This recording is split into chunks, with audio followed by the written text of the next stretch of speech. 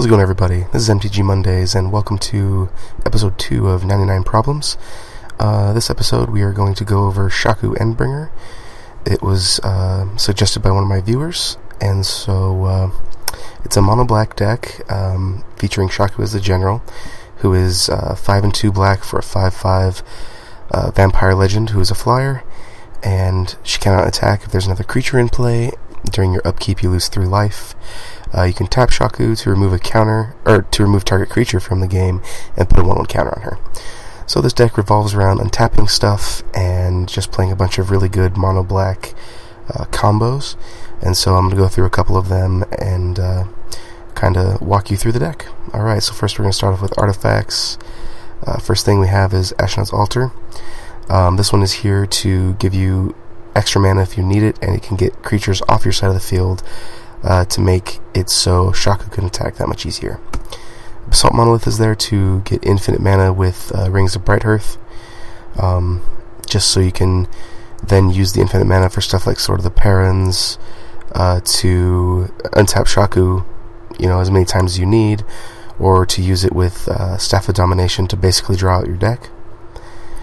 Cold Storage is there for saving stuff, so if Shaku's going to get removed from the game. She already costs 7 to play, so the commander tax gets pretty heavy. With Cold Storage, you can save her and put her straight back into play. Eon Hub is there to skip your upkeep, so you don't have to pay the 3 life from Shaku, which is really nice. It also combos with some of our enchantments down here, like Contamination, where you don't have to sacrifice a creature during your upkeep, and yeah. Then we have Expedition Map to go get Urborg or Cabal Coffers. Jandor's Saddlebag, for 3 and tap it, you can untap a creature. Lightning Greaves, Magerite Stone, untap something. Mind Stone's there just for a little bit of extra draw and some mana.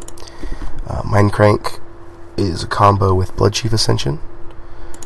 Nim Deathmantle there's a combo with Ashnod's Altar, Nim Deathmantle, and Grave Titan to make infinite mana, colorless mana. Let's see, where was I here?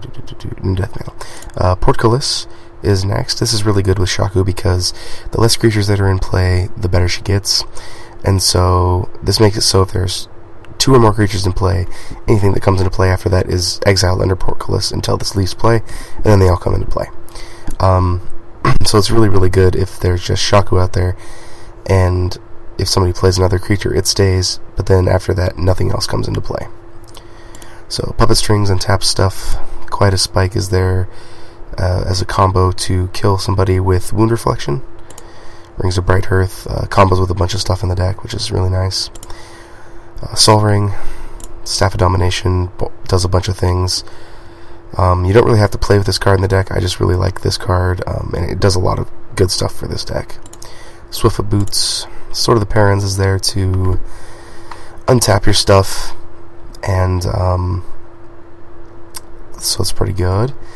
Thornbite Staff untaps stuff, but it only really untaps stuff like Avatar of Woe and Vizara the Dreadful and stuff like that.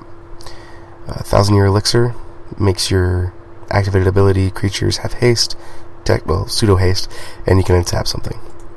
And Umbral Mantle is there to untap stuff and combo with Magus of the Coffers. So for creatures, we only have 20. That's quite a lot for a deck that doesn't really like to have a lot of creatures, but almost all of the creatures in here can remove themselves from the game by either sacrificing themselves or getting rid of it, and they also get rid of other creatures, so you can actually take care of your own. So with Avatar of Woe and Thornbite Staff, you basically clear the entire field, which is kind of nice. Bone Shredder is a way to kill something and get rid of itself with Echo. Crypt Gas is one that does not get rid of itself, but it's there just for mana acceleration. Garza's Assassin, you sacrifice it to destroy something, and if you really need to, you can get it back. Grave Titan for the combo. Icarid is a way to just start slamming in for 3, and when you want to, you can bring him back. King Makar, he capitalizes on the untapping of the deck, which is nice, and he can also remove himself if you need to. Magus of the Coffers, another one that cannot remove himself, but it makes an amazing amount of mana. Mephrodros Vampire, it's there for its combo with Triskelion, in that you remove a 1/1 counter from Triskelion, deal a damage to a creature, and you put the 1/1 counter back on the creature.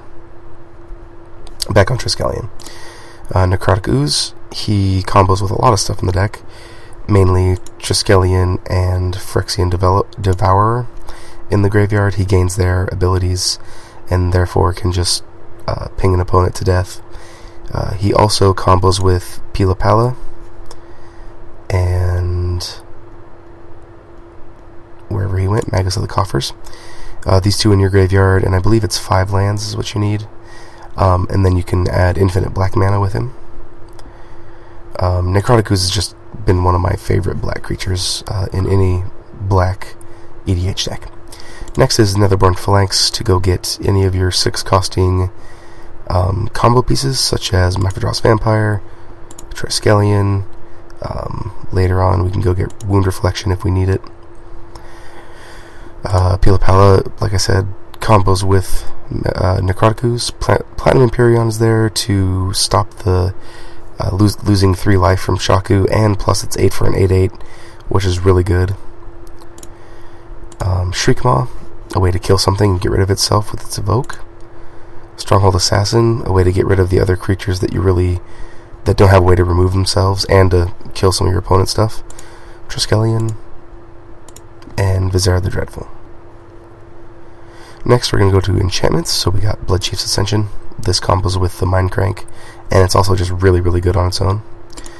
Contamination is a way to lock out your opponent if they're not playing black. Demonic Rising is really good because we don't really play that many creatures at once, and so being able to have this, basically have a 5/5 demon that you'll pretty much constantly have, is pretty nice. Gibbering Descent, along with Eon Hub, is another way to skip your upkeep if you're hellbent. So if you have no cards in hand, you skip your upkeep, which is nice for stuff like Contamination and Infernal Darkness. Gravestorm is there to remove some of the problem stuff in the graveyards from play. If there's 4 cards in the graveyard, Gravestorm will eventually remove them all from the game, and if they don't, you get to draw cards. Infernal Darkness, like I said, Contamination, same thing. Lethal Vapors. This is really good because we really don't play that many creatures, and so we don't care if we're not playing anything, and your opponent will have to pay 0 and skip their next turn. Ablette is a new card I just found not too long ago. It's a black Oblivion Ring, which is pretty awesome.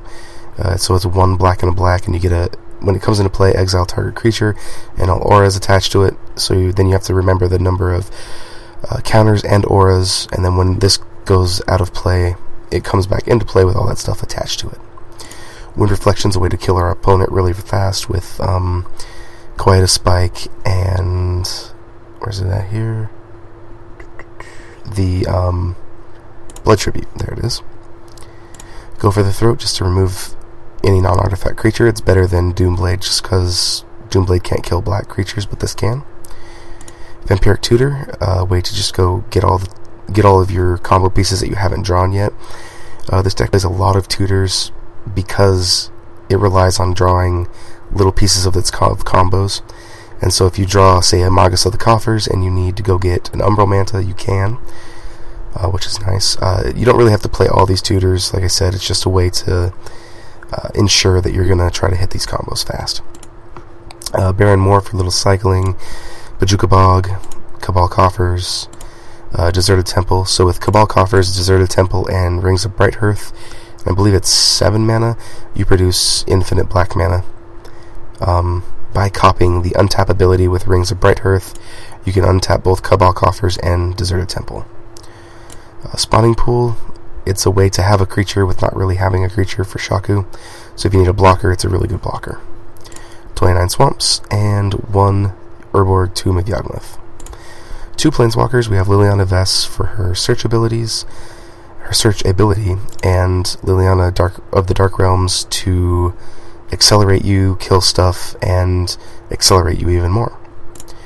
So then we're going to get to some of the more of the tutors. So we've got Beseech the Queen, Cruel Tutor, Demonic Tutor, Diabolic Tutor, and Dimir Machinations for the last tutor-like effect. This goes and gets Rings of Bright Hearth, Basalt Monolith, and anything else that costs 3. So that's a pretty good one. And then we have Black Sun Zenith to wipe the field, and goes back in your deck so you can keep doing it. Decree of Pain to wipe the field and draw a bunch of cards. Mutilate to wipe the field. And Temporal Extortion in order to take an extra turn. With Wound Deflection out there, you will pretty much always take an extra turn. If not, half of your opponent's life is gone, and it makes it that much easier to kill. So that is the Shaku Endbringer deck. Make sure you let me know what you think in the comments below, and leave me an idea for something I should build next week. Thank you so much for the suggestion last week, and I'll see you next time.